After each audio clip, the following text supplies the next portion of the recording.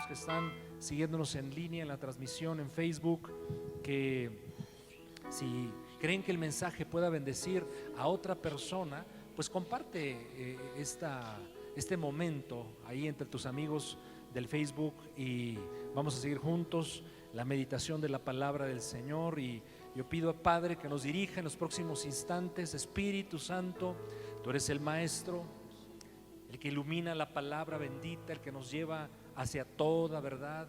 Déjanos entender hoy, Dios, la porción de la Escritura que tienes para tu pueblo, para tu iglesia. Dame de tu gracia, Espíritu Santo, yo te lo pido en el nombre de Jesús. Y todos decimos amén y amén. Le brindamos otro aplauso al Señor aquí los presentes, mis hermanos. Dios los bendiga. Qué gusto verles. Tomen su lugar todos y todas. Qué gusto verles nuevamente en este domingo. ¿Por qué no nos saludamos unos a otros así con sana distancia? Bendigamos unos a otros con un saludo, con nuestras manos, y nuevamente saludamos a los hermanos y hermanas, amigos y amigos en casa. Dios les bendiga a todos. Si abramos nuestras Biblias, primera carta a los Tesalonicenses, capítulo 4, a partir del 13. Y vamos a leer el resto del capítulo 4 de Tesalonicenses, primera, y avanzamos hasta el capítulo 5, del 1 y hasta el 11. Sígame con su vista en esta porción de la Escritura, que es de esas porciones de la Escritura que nos causan emoción, alegría, expectativa y algo que menciona el pasaje, esperanza. Sígueme con tu vista en la lectura. En casa te animamos a que también tengas una Biblia. A mí me gusta, y se los he dicho 1000 veces, usar preferentemente una Biblia de papel. Oh, qué deleite es usar la Biblia así. Pero si tienes una tablet, una computadora, un teléfono, bueno, apóyate también en un dispositivo digital si así lo prefieres. Dice pues, versículo 13: tampoco queremos, hermanos, que ignoren acerca de los que duermen, para que no se entristezcan como los otros que no tienen esperanza. Porque si creemos que Jesús murió y resucitó, así también traerá Dios con Jesús a los que durmieron en él. Por lo cual os decimos esto en palabra del Señor, que nosotros que vivimos, que habremos quedado hasta la venida del Señor, no precederemos a los que durmieron. Porque el Señor mismo, con voz de mando, con voz de arcángel, con trompeta de Dios, descenderá del cielo, y los muertos en Cristo resucitarán primero. Luego nosotros los que vivimos, los que hayamos quedado, seremos arrebatados juntamente con ellos en las nubes para recibir al Señor en el aire, y así estaremos siempre con el Señor. Por tanto, aliéntense los unos a los otros con estas palabras. Capítulo 5 y versículo 1 en adelante. Pero acerca de los tiempos y de las ocasiones, no tiene necesidad, hermanos, de que yo os escriba, porque vosotros saben perfectamente que el día del Señor vendrá, así como ladrón en la noche, que cuando digan paz y seguridad, entonces vendrá sobre ellos destrucción repentina como los dolores a la mujer encinta, y no escaparán. Mas vosotros, hermanos, no están en tinieblas, para que aquel día les sorprenda como ladrón. Porque todos vosotros sois hijos de luz e hijos del día. No somos de la noche ni de las tinieblas. Por tanto, no durmamos como los demás, sino velemos y seamos sobrios. Pues los que duermen de noche duermen, y los que se embriagan de noche se embriagan. Pero nosotros que somos del día, seamos sobrios, habiéndonos vestido con la coraza de fe y de amor, y con la esperanza de salvación como yelmo. Porque no nos ha puesto Dios para ira, sino para alcanzar salvación por medio de nuestro Señor Jesucristo, quien murió por nosotros para que, ya sea que velemos o que durmamos, vivamos juntamente con Él. Por lo cual, anímense unos a otros y edifíquense unos a otros, así como lo hacen. Un predicador muy conocido en Escocia hace algunos años preguntó en una noche a una reunión de amigos, y les dijo que si pensaban que esa noche regresaría Jesucristo, volvería el Señor. Los amigos fueron honestos con el predicador y todos le dijeron: no, no pensamos que Jesús venga esta noche. Entonces este pastor de apellido Murray citó las palabras que el mismo Jesús dijo: porque el Hijo del Hombre vendrá cuando no lo piensen. Yo les hago esta mañana la misma pregunta y me incluyo por supuesto en ella. ¿Pensamos que Jesús vendrá? ¿Pero pensamos que Jesús vendrá hoy? Buena pregunta, y la respuesta creo que vale la pena decirla nuevamente, la que dio este pastor a sus amigos. Justamente cuando nadie piense que Jesús viene, es cuando vendrá. Qué interesante, ¿no les parece? Saben que lo que pensemos acerca de la venida de nuestro Señor Jesucristo determina muchas cosas. Determina, por ejemplo, mi conducta. Una persona que cree, y no solamente que cree, sino que sabe, que está segura que Cristo Jesús vendrá y puede venir en cualquier momento, será una persona que tenderá a cuidar su relación con Dios como lo más preciado y valioso que tiene. Una persona que está segura que Cristo Jesús ha de venir y viene pronto, guardará santidad e integridad delante del Señor y delante de los demás. La persona que está segura que Cristo viene no dejará de servir al Señor, su causa y sus propósitos, y no dejará de amar al Señor y a los demás, porque sabe que Cristo viene. Pero aquí el apóstol Pablo está utilizando dos expresiones. Él dice: aliéntense, anímense con esta verdad. Porque saber que Cristo viene por nosotros, mis hermanos, debe provocarnos expectación, alegría, esperanza segura y una emoción, mis hermanos, que nos hará ser arrojados para seguir los caminos de la fe en la palabra del Señor. El apóstol Pablo escribe entonces esta carta a los filipenses acerca de la venida de nuestro Señor Jesucristo, y particularmente esta porción, porque en toda la carta habla de muchos aspectos, pero en estos versículos él se enfoca en la venida gloriosa de nuestro Dios. Qué lindo es alentarnos con estas cosas. Yo no sé si esto no nos alienta a los que creemos en Cristo Jesús. ¿Qué será lo que nos anime más? Sino esperar que un día el Señor vendrá por nosotros. Vamos a ver estos versículos que acabamos de leer. Procuré hacerlo uno por uno, porque esta clase de pasajes nos obligan a ir escudriñando lo más que podamos y de acuerdo al tiempo que tenemos, y extraer lo más, digamos, nutritivo que puede hoy fortalecer nuestra fe. Dice el versículo número 13: tampoco queremos, hermanos, que ignoren acerca de los que duermen. Es pues para el apóstol Pablo una preocupación importantísima que no se ignore acerca de los que duermen. Y no se refiere quizás a alguno de los presentes que se me esté durmiendo. Para los cristianos de aquel tiempo, el término dormir significaba los que habían muerto habiendo sido creyentes en nuestro Señor Jesucristo. Y es que la expresión dormir implica que un día se va a despertar. Y como Cristo Jesús había vencido la muerte, y todo aquel que ha puesto su fe en Jesucristo y lo que él hizo en la cruz del Calvario, también cuando muera resucitará un día. Entonces los discípulos de aquel tiempo no les gustaba usar la palabra muerte, porque la muerte ya no tiene más poder sobre aquel que cree en Cristo Jesús, y porque un día despertará. Así es que Pablo dice: no quiero que ignoren. ¿Será que en este tiempo la iglesia o se había olvidado de esta doctrina, o no la tenía muy presente, o simplemente no la conocían? Y Pablo enfatiza: no quiero que ignoren acerca de los que duermen, para que no se entristezcan como los otros que no tienen esperanza.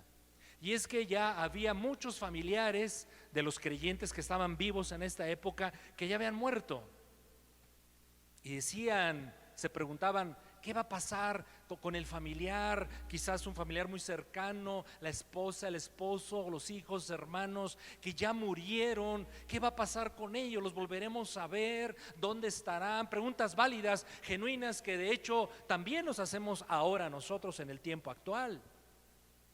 Y Pablo dice: nosotros tenemos una esperanza, a diferencia de los que no creen en Cristo Jesús. ¿Y cuál es esa gloriosa esperanza? Que un día, mis hermanos, todos, aunque hayamos muerto, si pusimos nuestra fe, insisto en eso, en Jesucristo, resucitaremos de entre los muertos.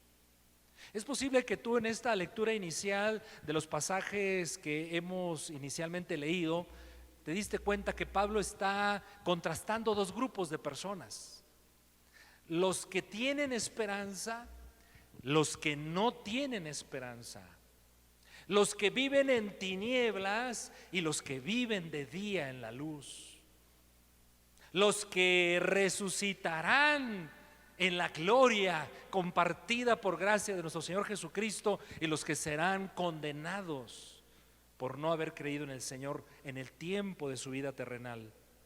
Pero el versículo 14 sigue diciendo: si creemos que Jesús murió y resucitó.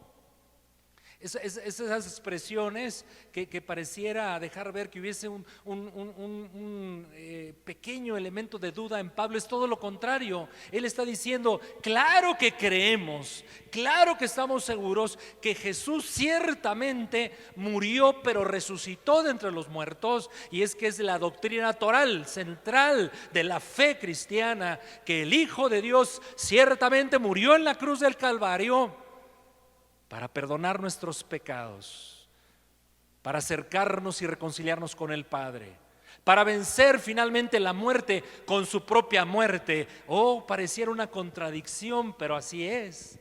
La muerte de Cristo Jesús venció a la terrible muerte, pero no murió para quedarse ahí en una tumba, sino que dice la Escritura, lo atestigua la historia, cientos, miles, millones de creyentes que sabemos que Cristo vive, que Él ciertamente resucitó de entre los muertos. ¿Cuántos dan gloria a Dios por esto?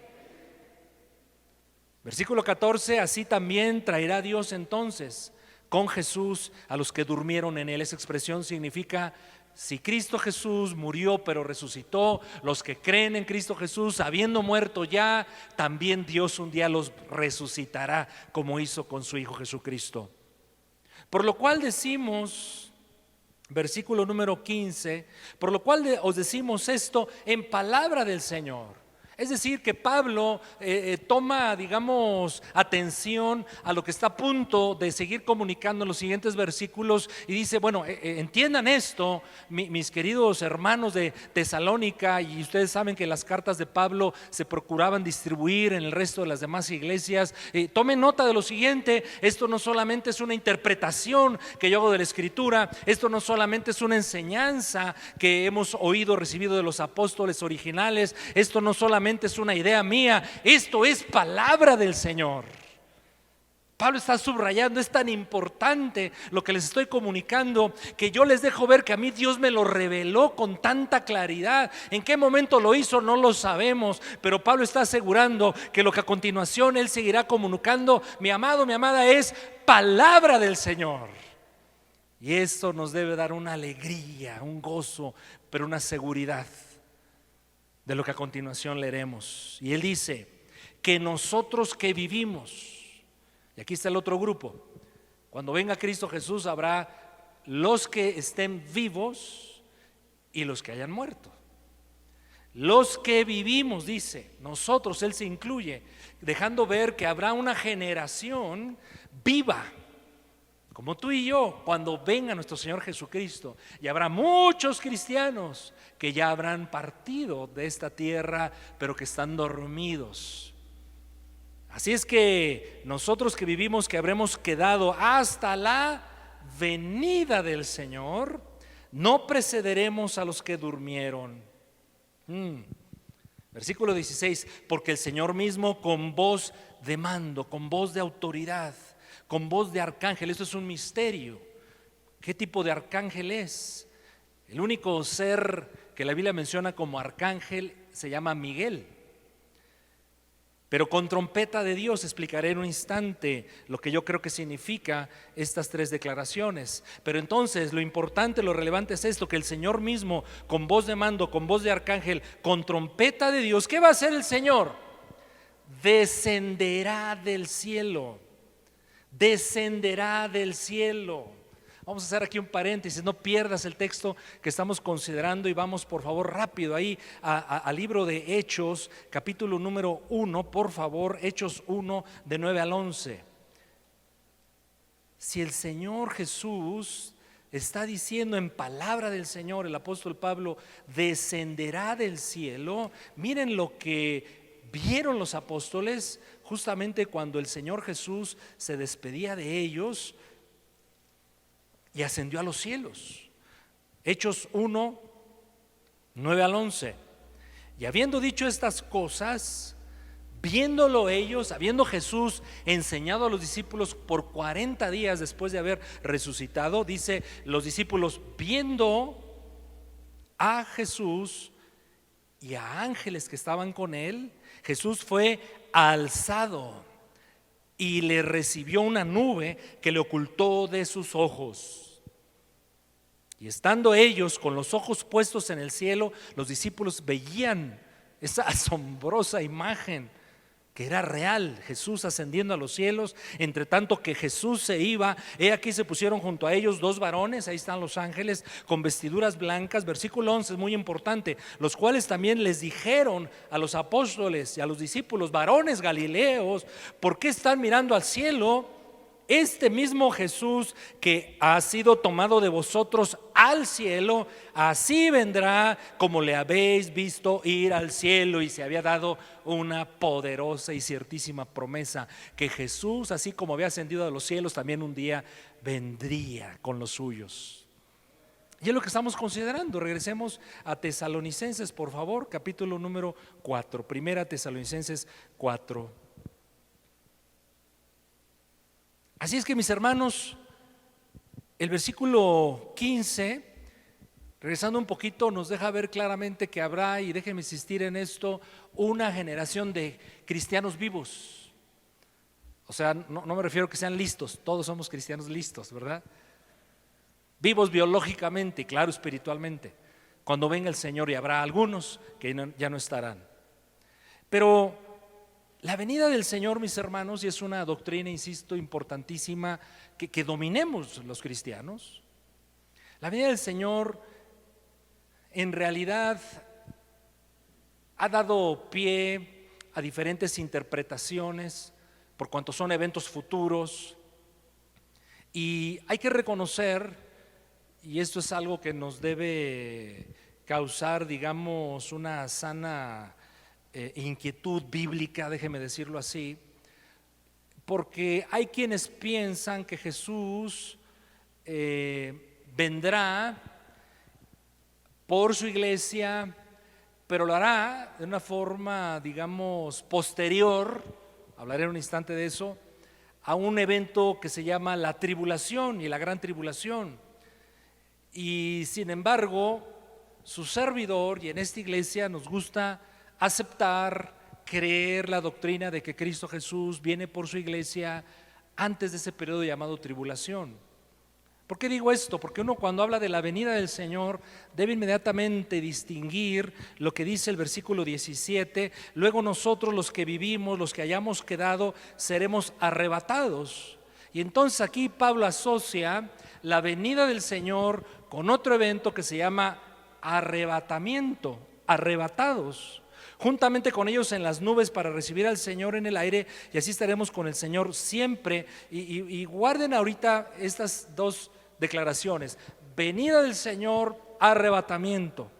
Pero vean el 5:2, primera de Tesalonicenses 5:2, dice: porque vosotros sabéis perfectamente que el día del Señor vendrá así como ladrón en la noche. Entonces, en una misma porción de la Escritura, queriendo el apóstol Pablo primero establecer con más claridad la doctrina de la venida de Cristo, pero animar a los cristianos, alentarlos con esta gran verdad, Él está aludiendo a tres aspectos de la venida del Señor, que tienen que ver, número uno, con la propia venida, Angelito; número dos, con el arrebatamiento; pero número tres, con el día del Señor. Y las tres cosas, aunque relacionadas, no son exactamente lo mismo. Y lo voy a explicar en un instante. Versículo número 17. Luego nosotros los que vivimos, los que hayamos quedado, seremos arrebatados juntamente con ellos en las nubes para recibir al Señor en el aire, y así estaremos siempre con el Señor. Entonces creemos, mis hermanos, que hay un momento en que Cristo Jesús vendrá a los aires. Dice aquí claramente, en las nubes para recibir al Señor. Cuando los apóstoles vieron a Jesús ascender, un elemento que toma nota el escritor es nubes también, y vieron en las nubes al Señor ascender. Y aquí el apóstol Pablo retoma esa misma idea y dice: y el Señor descenderá en las nubes, y seremos arrebatados y seremos llevados en el aire con Cristo Jesús. Y oh, cosa hermosa y gloriosa, esa es la esperanza tuya y la mía, estar con el Señor. ¿Por cuánto tiempo? Siempre, por la eternidad. Pero debemos distinguir esta llegada de Cristo a las nubes para llamar a su iglesia del momento en que Cristo Jesús vendrá a la tierra y la pisará nuevamente. Esto aparece claramente en muchas profecías del Antiguo Testamento. Te comparto una sola importantísima: Zacarías capítulo 14 y versículo 4. Zacarías 14 y 4 dice: y así se afirmarán sus pies. Habla del Mesías. Y así se afirmarán sus pies en aquel día sobre el monte de los olivos. Jesús vendrá, mis hermanos, con su cuerpo glorificado, en forma de hombre, porque Jesús, acuérdense que también es una doctrina fundamental del cristianismo, Cristo Jesús tiene forma de hombre, siendo 100% Dios, también es hombre. Y Él con sus pies, Dios 100%, pero también hombre, pisará el monte de los olivos. Lo dice claramente el texto, que está enfrente de Jerusalén al oriente.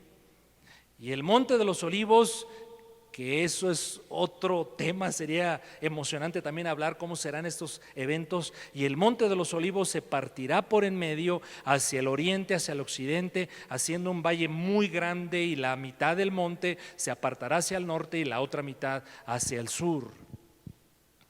Entonces vamos a distinguir de la venida de Cristo. Él viene por su iglesia, va a arrebatar a su iglesia a las nubes, al cielo, en los aires, y estaremos con Él para siempre. Pero Cristo Jesús también vendrá y pondrá sus pies sobre la tierra en otro momento, y en un instante aludo a ello. Pero vamos a pensar un poquito en esto, porque esto es emocionante. Regresemos al versículo número 16. Porque el Señor mismo, con voz de mando, con voz de autoridad, con voz de arcángel y con trompeta de Dios, descenderá del cielo, y los muertos en Cristo resucitarán primero. Vamos a hablar un poquito de la resurrección de los muertos, cómo describe la Biblia que será. Nos ayuda mucho pensar en episodios, momentos en el ministerio terrenal de Jesucristo, cuando Él levantó de los muertos a algunos. Y creo que el ejemplo más dramático, impactante, es cuando Él levantó de entre los muertos a Lázaro. ¿Cuántos recuerdan esa porción de la Escritura? Juan capítulo número 11. Imagínense, murió Lázaro, se murió bien muertito, mis hermanos. No estaba medio muerto, estaba muerto. 4 días de muerto, y le reportan a Jesús: ya hiede, ya huele mal, se está echando a perder. Pero llega Cristo Jesús y le dice: ¿cómo le habrá dicho? Yo soy incapaz No podría transmitirles la emoción que tengo cuando imagino cómo habrá sido ese momento en que Cristo Jesús le dice: Lázaro. ¿Cómo le habrá dicho? Lázaro. Lazarito, ¿cómo le habrá dicho? Con autoridad, con voz de mando, eso sí, como está diciendo aquí Tesalonicenses, el Señor mismo con voz de mando, así como el Señor le dijo a Lázaro: Lázaro, despiértate de entre los muertos y sal de la tumba. Así será también, mis hermanos, el momento en que Dios decida venir y decirle a los muertos en Cristo Jesús: hey, yo pienso, es una teoría, que no le dirá el Señor: hey, iglesia, levántate, todas las generaciones de cristianos que ya murieron, hey, levántese entre los muertos. Yo creo que no será así. Nuestro Dios es todopoderoso y suficiente para decir: si así te toca, ¿verdad, Diego? Si así te toca, Paulina, Dania, Carlos, Ángel, Areli, levántate de entre los muertos. Y seremos, mis hermanos, levantados en resurrección, si es que estamos muertos. Abordemos un poquito más eso. Nos va a ayudar a ir a Juan capítulo número 5, por favor. Juan 5:23. Este pasaje es bien importante acerca de la resurrección de entre los muertos. Juan 5:23, por favor. Y de hecho, ¿qué les parece desde el 21? Juan 5:21. Porque como el Padre levanta a los muertos y les da vida, así también el Hijo a los que quiere da vida. Porque el Padre a nadie juzga, sino todo el juicio lo dio al Hijo. Yo no sé cuál es la imagen que la gente tiene de Cristo. Nosotros tenemos la imagen bíblica de Cristo. Un maestro de teología le preguntó a sus alumnos una vez: oigan, traten de describir a Dios quitando todos los elementos bíblicos que ustedes conocen. Pues cada quien describió a un Dios a su manera. Qué importante es conocer a Dios por lo que la Biblia dice de Dios. No creer en el Dios que queremos creer. Pero así como Cristo Jesús murió en la cruz del Calvario, mis hermanos, y derramó de manera prodigiosa, sin límites, su amor a la humanidad, también dice la Escritura que Él un día se levantará como juez. Juzgará a vivos y a muertos. Y también derramará la ira de Dios sobre la tierra. Esto es pensar de Dios bíblicamente, pensar de Cristo bíblicamente. No el Cristo, ¿verdad?, bonito, así que parece a veces galán de telenovela o de Hollywood, ¿no?, que nos dibujan en los cuadros. Y por supuesto con ojos azules, blanquito, con pelo largo, muy bien peinadito. No tiene nada que ver lo que la Biblia dice acerca de nuestro Jesús. Pero sigo en Juan 5, versículo número 23: para que todos honren al Hijo como honran al Padre. Así es que si alguien dice: yo creo en Dios, y no honra a Cristo, en realidad está creyendo en su propio Dios, no en el Dios de la Biblia. El que no honra al Hijo no honra al Padre que le envió. De cierto os digo, son palabras de Cristo Jesús: el que oye mi palabra y cree al que me envió tiene vida eterna. ¿Cuántos dicen: gracias a Dios que he creído en la palabra del Señor, tengo vida eterna? Pero además no vendrá condenación. Sí, vida eterna, pero también hay condenación. Hay vida eterna, pero también hay condenación. Mas ha pasado de muerte a vida. De cierto os digo, viene la hora, y ahora es, cuando los muertos oirán la voz del Hijo de Dios, y cuando la oyeren vivirán. Ahí está la resurrección. Versículo hasta el 25. De cierto os digo, viene la hora, y ahora es, cuando los muertos oirán la voz del Hijo de Dios, y los que la oyeren vivirán. Habrá una resurrección, mis hermanos. Es contundente la enseñanza bíblica. Es la esperanza que Pablo está impartiéndoles a sus oyentes, lectores tesalónicos o tesalonicenses. Regresemos al pasaje original de Primera carta a Tesalonicenses, capítulo número 4, por favor.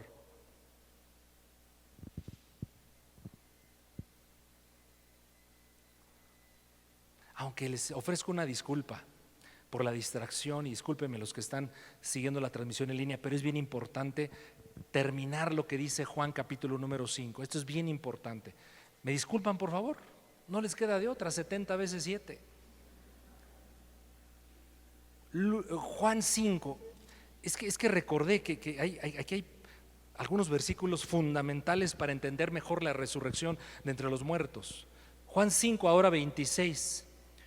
Porque como el Padre tiene vida en sí mismo, así también ha dado al Hijo el tener vida en sí mismo.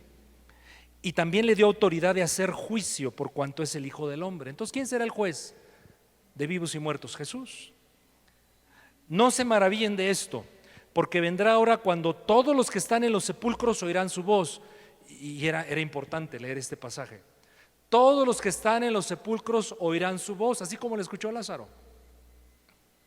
Y los que hicieron lo bueno saldrán a resurrección de vida, mas los que hicieron lo malo saldrán a resurrección de condenación. Entonces resucitarán todos, mis hermanos, unos para disfrutar la vida eterna y otros para sufrir la condenación eterna. Eso está tremendo, ¿no les parece, mis hermanos? Quiere decir entonces aquí que hay dos resurrecciones: la resurrección de los cristianos y la resurrección de los no creyentes. Ahora sí, volvamos por favor al pasaje de Tesalonicenses, versículo número 17. Luego nosotros los que vivimos, los que hayamos quedado, seremos arrebatados juntamente con ellos. ¿Con quiénes? Con los que duermen, con los que murieron creyendo en Cristo Jesús. Y bueno, el Señor nos recibirá en las nubes y estaremos con Él para siempre. Y aquí hay otro pasaje fundamental que uno tiene que asociar a esta doctrina. Es también doctrina paulina. Y en Primera de Corintios, capítulo número 15, versículos 51 y 52, Primera de Corintios 15, 51 y 52, dice: he aquí os digo el misterio, dice Pablo, no todos dormiremos. Creo que ya se comprendió, ¿verdad? El término dormir en Cristo. No todos dormiremos. Es decir, nuevamente, habrá una generación cuando Cristo Jesús venga por su iglesia de personas vivas, biológicamente. Pero sí todos seremos transformados. ¿Quiénes serán transformados? Los vivos y los resucitados. En un momento, en un abrir y cerrar de ojos, nos deja ver que es un instante. Al final, a la final trompeta, otra vez, se alude a la trompeta. A la final trompeta, porque se tocará la trompeta. Se tocará la trompeta y los muertos serán resucitados incorruptibles. Los muertos serán resucitados incorruptibles. ¿Por qué? Porque el cuerpo estará en corrupción. El cuerpo se echó a perder. Pero cuando resuciten recibirán un nuevo cuerpo. La expresión que utilizamos los cristianos es un cuerpo glorificado, es un cuerpo perfeccionado, un cuerpo, digamos, con una similitud, y no quiero usar exactamente la palabra que sea exactamente como Cristo, pero así el cuerpo con el cual Cristo Jesús resucitó, podemos interpretar por muchos pasajes que así seremos nosotros con ese cuerpo también, con ese tipo de cuerpo. Yo no sé si será exactamente igual, pero sí será un cuerpo, mis hermanos, que va a vivir por la eternidad. Y los muertos serán resucitados incorruptibles, pero nosotros los vivos seremos transformados. Sufriremos un milagro impresionante. Y juntos, los resucitados y los vivos, ambos ascenderemos a recibir al Señor en los aires. Esta es una doctrina, mis hermanos, fundamental que todos los cristianos aceptamos. Pero la controversia viene cuando apelamos, como veremos en un instante, el concepto del día del Señor. Porque nos dicen, ¿qué es el día del Señor? Y la venida de Cristo por su iglesia y ese arrebatamiento, ¿cuándo será? Vayamos por favor al capítulo número 5 de Primera Tesalonicenses, por favor. Pero acerca de los tiempos y de las ocasiones, o sea, acerca de las circunstancias, fechas, etcétera, de cuándo vendrá el Señor, no tiene necesidad, hermanos, de que yo se los escriba. ¿Por qué? Porque parecía, por estas palabras podemos interpretar, pareciese que era una doctrina conocida por toda la iglesia o por un sector importante de la iglesia. Y esto nos lleva a considerar Mateo capítulo número 24 y Lucas y Marcos en sus versiones correspondientes de todo lo que Dios anticipó y anunció, eventos, situaciones que ocurrirían antes de su venida. Entonces Pablo le dice, ya no tengo necesidad de que hable de eso. Versículo número 2, porque ustedes saben perfectamente. Les pregunto a ustedes, mis hermanos, y en casa, ¿saben perfectamente las señales previas a la venida de Cristo? Sí, a ver, levante la mano quienes saben perfectamente. Los tesalonicenses sí lo sabían. Pablo les estaba poniendo una palomita, porque ustedes saben perfectamente que el día del Señor vendrá así como ladrón en la noche. Bueno, entonces, ¿qué es el día del Señor? Lo vuelvo a decir, entonces tenemos ya 3 eventos asociados a la venida de Cristo: la venida de Cristo per se, el arrebatamiento, pero el día del Señor. ¿Qué es el día del Señor? Primero, el día del Señor no es un día de 24 horas. Más bien, el día del Señor es un programa de eventos que comienzan con el arrebatamiento de la iglesia y siguen con un periodo llamado tribulación. Le voy a dar una pasadita así rápido de lo que es el día del Señor, los eventos que implican el día del Señor. ¿Está bien, Sammy? ¿Estamos acá, hijita? Sí. El día del Señor, cuando salgamos de este salón, vas a buscar a alguien, o cuando Dios te lo permita, y le vas a decir, ¿sabes qué es el día del Señor? Y fíjate lo que es el día del Señor. El día del Señor abarca el arrebatamiento, la resurrección de creyentes. Comienza en la tierra un periodo llamado tribulación, avanza a la gran tribulación. Mientras en la tierra está la tribulación, en el cielo está ocurriendo algo extraordinario: el tribunal de Cristo, las bodas del Cordero. Al término de un periodo que creemos, interpretamos, durará 7 años, vendrá una batalla en esta tierra contra Israel llamada la batalla de Armagedón. Y es cuando Cristo Jesús vendrá y pisará el monte de los olivos y defenderá a Israel contra sus enemigos. Después comenzará un periodo llamado milenio. Satanás es atado, después desatado. Vendrá el juicio final o del gran trono blanco y culminará digamos, periodo para la humanidad con la creación de cielos nuevos y tierra nueva. Ese periodo de cosas, de tiempo y de eventos se llama el día del Señor. Entonces no es un día como este día que estamos hoy teniendo, el domingo. Es un conjunto de eventos. ¿Cuándo comienza el día del Señor? Nosotros creemos que cuando la iglesia es arrebatada. Respetamos las otras interpretaciones. Algunos dicen no, la iglesia será arrebatada en medio de la tribulación. La iglesia pasará por lo menos 3 años y medio de tribulación. Otros dicen no, la iglesia pasará toda la tribulación, los 7 años. Y otros dicen no, entonces el arrebatamiento va a ocurrir justamente cuando Jesús venga y pise la tierra. Y entonces unen arrebatamiento con la venida de Cristo aquí en la tierra. Y no vamos a discutir quién tiene o no tiene la razón. Solamente vamos a asegurarnos de que Cristo Jesús arrebatará a su iglesia, vendrá por segunda vez, y que vendrá un tiempo de eventos sobre la tierra que se conoce como el día del Señor. Pero de ese día del Señor, que abarca trato, sufrimiento, castigo y juicios severos de Dios, severos justos, mis hermanos, está diciendo el apóstol Pablo aquí en esta carta, versículos 5, 9, pero no nos ha puesto Dios para ira. Pero no nos ha puesto Dios para ira, sino para alcanzar salvación por medio de nuestro Señor Jesucristo. Y esto es congruente con lo que Pablo ya ha enseñado en su carta. Vayamos rápidamente a Primera de Tesalonicenses, capítulo número 1, versículo 10. Capítulo 1 y versículo 10, ahí de Tesalonicenses. Dice que los cristianos debemos estar animados para esperar de los cielos a su Hijo, al cual resucitó de los muertos, a Jesús, quien nos libra. ¿De qué nos libra? De la ira venidera.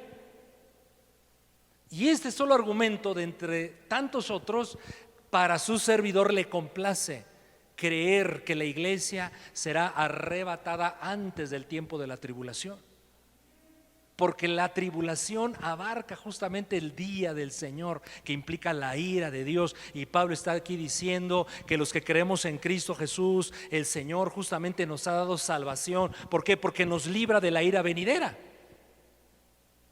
Pero debemos aceptar como cristianos maduros que hay un sector de la iglesia a los cuales por supuesto respetamos su interpretación y su postura al respecto, que creen que la iglesia va a pasar la tribulación. Yo no lo creo, no me hace sentido,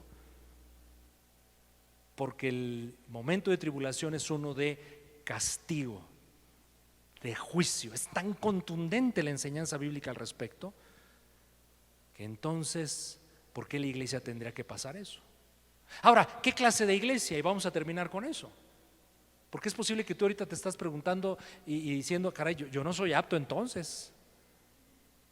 Y ahorita mejor todos nos ponemos de rodillas y le pedimos perdón al Señor y nos evaluamos y a ver si no hay por ahí un pecado oculto y mejor estar derechitos, ¿no es cierto? O es posible que no sea tu situación, pero estés pensando en 2 que 3, que digas, ah caray, pues él se dice cristiano pero ni parece, vive como cualquier otro. Pablo lo acaba a continuación. Y ya para terminar mi mensaje, regresemos por último al capítulo número 5 de Tesalonicenses. Que cuando digan, versículo 13 en adelante, que cuando digan paz y seguridad, que cuando digan paz y seguridad, entonces vendrá sobre ellos. Recuerden que yo les dije que aquí Pablo estaba aludiendo simultáneamente e intermitentemente a 2 grupos, y él ahora dice, así es que cuando ellos digan paz y seguridad, entonces vendrá sobre ellos, ¿qué cosa? Destrucción repentina, porque así enseña la Biblia, que el día del Señor, el día de la ira del Señor, comenzará rápido, no será paulatino, comenzará exactamente en un ya, ahora. Yo creo que ese evento es el arrebatamiento, en un abrir y cerrar de ojos. Como los dolores a la mujer encinta, y no escaparán. Versículo 4, mas vosotros, hermanos, no están en tinieblas para que aquel día os sorprenda como ladrón. Porque todos vosotros sois hijos de luz e hijos del día. Entonces aquí Pablo está diciendo, hay quienes son del día, quienes son de la luz. Más adelante dice, hay quienes son de la noche, quienes son de las tinieblas. Lo hemos explicado muchas veces. Noche y tinieblas, espiritual y bíblicamente hablando, significa que es un símbolo o un, digamos, deja ver ignorancia espiritual, desvío moral, una vida de pecado. Es lo opuesto a la luz. Por tanto, versículo número 6, no durmamos como los demás, sino velemos y seamos sobrios. Y aquí ya la palabra dormir no tiene que ver con la muerte, sino dormir se refiere a aquel cristiano que debe estar despierto, alerta, atento. ¿A qué? A la venida del Señor Jesucristo, y con una vida digna del Evangelio, una vida digna de ser un discípulo de Jesús. Seamos sobrios, dice, termina el 6. ¿Qué significa la palabra sobriedad? ¿Quién es una persona sobria? Aquel que tiene la cabeza y el espíritu despejado, que no anda borracho. Y no se refiere Pablo al alcohol, sino borracho espiritual. Versículo 7, pues los que duermen de noche duermen, los que se embriagan de noche se embriagan. Pero nosotros que somos del día, seamos sobrios, habiéndonos vestido con la coraza de fe, de amor y con la esperanza de salvación como yelmo.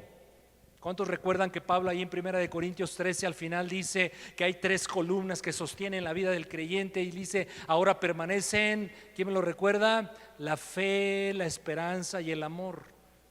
Y curiosamente Pablo aquí alude nuevamente a los 3. En el versículo número 8, habiéndonos vestido con la coraza de fe, pero de amor y con la esperanza de salvación. Quiere decir, mis hermanos, que ante los embates de tantas tinieblas que hay alrededor, porque saben, la maldad seguirá aumentando lamentablemente. Qué bueno por los esfuerzos que procuran el bienestar de los demás, qué bueno por los esfuerzos de pacificación, qué bueno por procurar bienestar a la humanidad. Todos procuremos eso. Sin embargo, está profetizado que la maldad aumentará, que las tinieblas aumentarán justamente en la venida o cercano a la venida de nuestro Señor Jesucristo. Pero nosotros, dice Pablo, tenemos una coraza que nos protege contra todo eso. Él habla de una coraza de fe. ¿Fe en qué? Fe en las promesas de Dios, mis amados. Es una coraza para nosotros creer en Jesucristo, pero en sus fieles y ciertísimas promesas. Y la más gloriosa es esta que hoy estamos considerando, que Él vendrá por su iglesia. La esperanza, la coraza de fe, pero también es una coraza de amor. Ciertamente el amor que debemos prodigarle a Dios, prodigarle a los demás, pero más bien, mis hermanos, aquí se refiere Pablo a que sabernos tan amados por Dios, sabernos inmerecidamente tan amados en Cristo Jesús por nuestro Dios, es una coraza que nos protege. Por eso Juan escribe en su primera carta: en el perfecto amor no hay temor. ¿Y a qué temor se refiere? Al temor de la condenación. Los hijos de Dios no tememos condenación, porque sabemos cuánto en Cristo Jesús el Señor nos ama. Pero también dice: con la esperanza de salvación como un yelmo protector.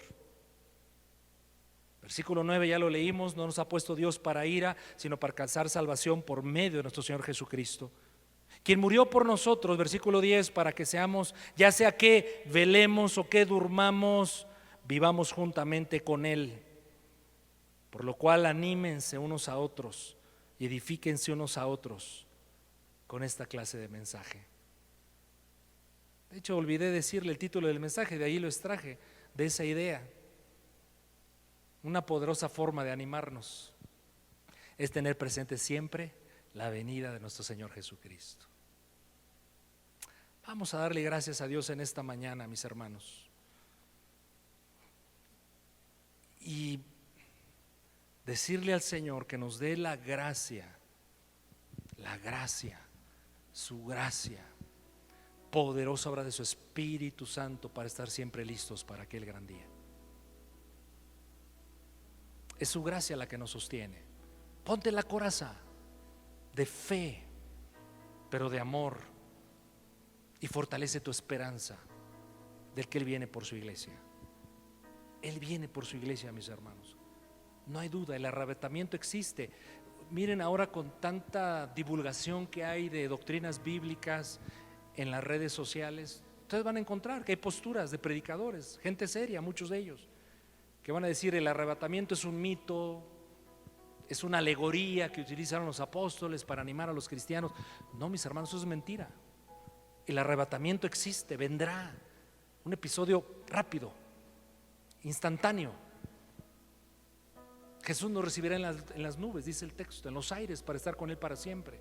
¿Qué iglesia? La que no anda en tinieblas, la que vive sobria, alerta, atenta, la que no tiene un sentido falso de seguridad y de paz, la que no se embriaga y no habla de vino, repito, la que anda con sus sentidos alertas, atentos, como vigilantes a lo que está ocurriendo, pero vigilantes a las señales. Y entonces, mis hermanos, si morimos antes de ese momento, no nos preocupemos, oiremos la voz del Hijo de Dios: Silvia, levántate de entre los muertos y ven conmigo por la eternidad. Víctor, bueno, Víctor no lo sé, porque se está durmiendo. Es una broma, Víctor. Padre, te damos gracias por recordarnos estas cosas. Y a Pablo le interesaba que la iglesia las tuviera bien presentes. Nosotros debemos tenerlas siempre ahí, como un tesoro que nos anima, que nos alienta, que nos advierte, que si estamos en pecado nos mueve inmediatamente a corregir. Esto es el poder de saber esta doctrina, la segunda venida de nuestro Señor Jesucristo. Y Padre, necesitamos de tu preciosa gracia. Asístenos, Dios, que sea tu palabra y tu espíritu, esta palabra meditada, pero tu Espíritu Santo, quien forme las convicciones y nos dé lo que Pablo aquí menciona con tanta claridad. Él habla de fe, de amor y de esperanza. Sí, Señor, necesitamos esos tres elementos para sostenernos en la vida cristiana: fe, amor, esperanza, coraza protectora, y animarnos y alentarnos, Señor, con esta verdad. Gracias, Señor Jesús. Bendito y alabado seas. Te bendecimos, te adoramos, te damos gracias, Señor. Una última petición general sería: Señor, tennos dignos de aquel glorioso día. Tennos por dignos, no dignidad humana personal, la dignidad impartida por la obra de tu Espíritu Santo. Esa preciosa obra que Dios hace en su iglesia de santificación. ¿Cuántos anhelan ser santos? Yo anhelo la santidad de Dios. No para sentirme perfecto ni mejor que nadie, sino porque mi Dios es santo. Y porque sin santidad nadie verá al Señor. Oh Señor, trabaja en nosotros. Purifícanos con tu palabra y tu sangre preciosa. Sí, Dios. Les vuelvo a preguntar entonces, mis hermanos, ¿creen que Cristo pueda venir hoy? Bueno, textual el texto es: ¿piensan que el Señor puede venir hoy? Porque el Hijo del Hombre vendrá cuando no pensemos que ha de venir. Mejor si pensemos que Él viene. Amén. Vamos a orar por nuestras ofrendas y diezmos. Cuando digo orar por ellas es porque son un elemento de consagración, de adoración, de servicio a Dios. La ofrenda y el diezmo, todo eso implica, es una devoción, es adoración, es obediencia, es servicio con nuestros recursos a Dios y a su obra. Padre, te damos gracias porque nos permites hacerlo, pero pedimos por la fuente donde este recurso viene. Pedimos, Padre, porque tu gracia, tu ayuda, tu cuidado sea en los hogares de todos mis hermanos, de toda tu iglesia, sus negocios, sus empleos, trabajos, oficios, profesiones, cuenten con tu bendición, Señor. Y ahora recibe esto que te damos, Padre, que reconocemos viene de tu mano, en el nombre de Jesús. Dios, santifica pues este momento, pero estos recursos, y que sean usados, Padre precioso, con sabiduría, con integridad, pero también multiplicados. Te lo pedimos en el nombre de nuestro Señor Jesucristo. Amén y amén. Están pasando mis hermanos servidores con el cofre allí a tu lugar para que no te muevas del mismo, y que Dios ponga en tu corazón lo que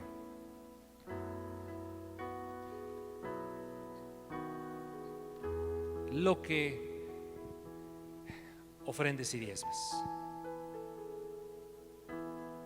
Y vamos a despedir la transmisión, pero no la reunión de los presentes, porque vamos a celebrar la cena del Señor como solemos hacer cada primer domingo de mes.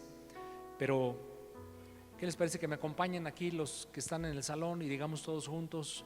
Y a ti, mi hermano, mi hermana, que estás en casa o donde te encuentres siguiendo en línea la transmisión, vamos a declarar la bendición apostólica que posa sobre la iglesia de Jesucristo, y digamos juntos que la gracia de nuestro Señor Jesucristo, el amor del Padre y la comunión del Espíritu Santo sean con todos nosotros, y decimos amén y amén. Familia Zoe, qué gusto nos dio que nos hayan podido acompañar otro domingo más aquí en Zoe Iglesia en Línea. Que Dios les bendiga muchísimo, y como todos los domingos te invito que si este mensaje habló a tu corazón, lo compartas para que el Espíritu Santo siga impactando vidas. Asimismo, quiero recordarte que seguimos teniendo todas nuestras actividades semanales a través de la plataforma de Facebook, así es que no olvides tener prendidas tus notificaciones para que puedas acompañarnos. Rapidísimamente, te recuerdo cuáles son. Los martes a las 7 de la noche estamos teniendo un mensaje de aliento para tu vida con invitados muy especiales. Los miércoles a las 7 de la noche estamos teniendo nuestro tiempo de oración, un mismo clamor. Los jueves a las 7 de la noche estamos teniendo nuestras tardes de discipulado, donde estamos viendo los libros de la Biblia a través de lo que hemos denominado la Biblia en un año. Y los sábados a las 6 de la tarde, R412 toma el control para tus jóvenes. Y no se te olvide, aquí todos los domingos a las 9 de la mañana. También quiero recordarte que nos puedes seguir en todas nuestras redes sociales, como son Facebook, Instagram, y ahora también hemos abierto nuestro YouTube para que puedas encontrar todas las predicaciones. Así es que no olvides prender tus notificaciones y seguirnos ahí también. Y una vez más te recuerdo que estamos muy contentos que ya iniciamos nuestro tiempo de servicio presencial. Así es que si tú quieres venir, no olvides marcar al teléfono que está apareciendo en pantalla. Este teléfono también lo puedes encontrar en todas nuestras redes sociales para que puedas apartar tu lugar y el de tu familia. Que Dios te bendiga muchísimo.